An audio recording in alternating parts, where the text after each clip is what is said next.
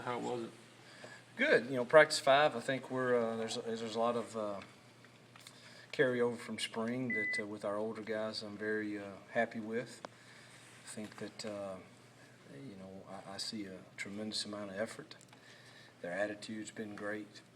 And I really believe that, our theme being take a stand, if they understand what comes out of this 20-day camp or 23 days of camp before we get into game week, if they really understand that will have a direct impact on how you compete when the time comes, hopefully we'll embrace every day, make the most of our time, and stay healthy. That's something that we can't afford to have a lot of injuries at certain places, but really, really pleased to this point.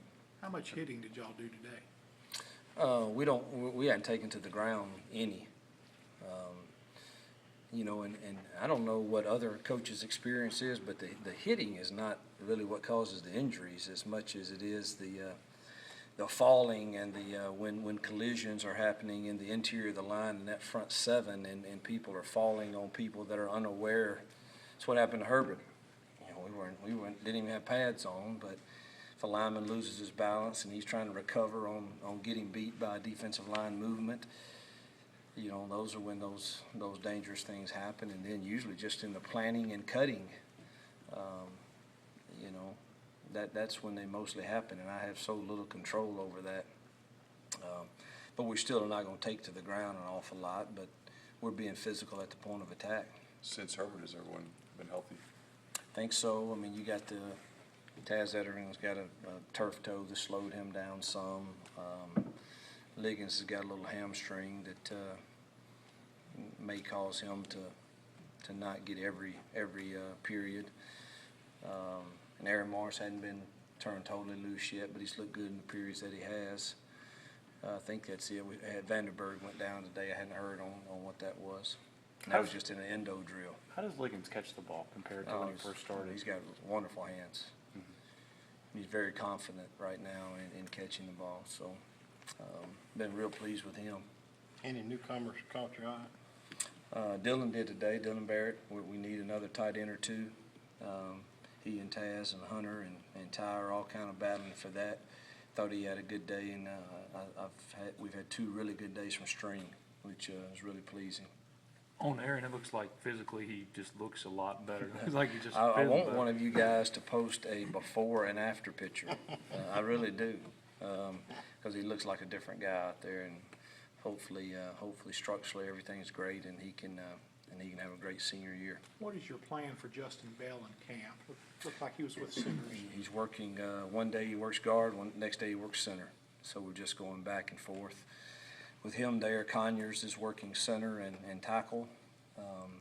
Those are kind of 2 swing guys that we look at that could do a little bit of both for us. So we got a swing guard center and a swing center tackle. Is there a lot of competition there at center, with Ben and Robert and Justin? Yeah. I think the competition's great, but in that old line, we'll play them all. You're going to have them all before it's over. Is that an indication that Rod Taylor's come on? Oh, Rod's one of our better linemen. As long as he understands what he's doing physically, he's gifted and very talented, and he's running with the ones right now. And in most days, we kind of just rotate it. Whoever had the better day, the depth chart is etched in sand for those old linemen, and we just kind of rotate based on who had the better day or whose day it is to play center or tackle or guard. We want them to learn it all. Has Rod advanced in the mental part a good bit? He seems to have a decent grasp on it right now. Not making many mental mistakes. What have been your impressions of Javon Patterson? Yeah. Love him. Just think he's going to be a really good football player, and he's still learning. He's only had 15 days. He didn't have a whole season to see all the stuff that defenses can throw at you. So, but he's super talented, wonderful teammate, wonderful kid to coach. He's a guy you should just love being around. How about Robert? You talked about Stringfellow's inconsistency some in the spring. Not just his. I thought the whole group was that way. When he is consistent, what does he give your offense?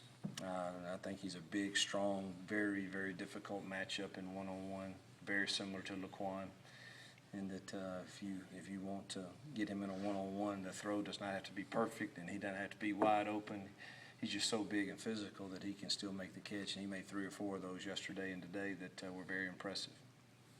Did y'all have to have some conversations with him after spring about consistency individually? I know you've talked about the Yeah. group, but in talking with him at media day, he seemed to take that kind of personally. Well, I hope he did. I hope they all take it personally. But I mean, I've been in String's ear, not just after spring, but again, I want to be clear before any of you print anything. When I do that, it is because the expectation should be more, because you're gifted.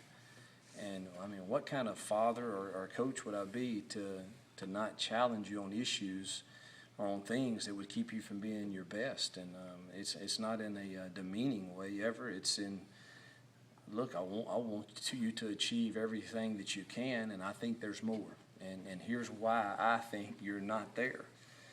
And I want to help you get there, but I'm not quite made the way if I see one of my children or one of these players stepping out of line and something that will help them be their best, I'm not made to really turn my head. That's just kind of not who I am. What have you seen in your quarterbacks in 5 practices? Some really good things and some inconsistent things, which is kind of what I expected. It's kind of the same as in spring. If you put on a certain day on a certain drill, you'd feel better about one than you do the others, and then the next drill you kind of feel the same. So we'll have to look at it in the totality of things. And one of the big things will be when we do put the ball down and say, all right, this is no script, this is 1st and 10, let's move our football team, and we'll have 3 or 4 of those coming up soon that will be good indicators.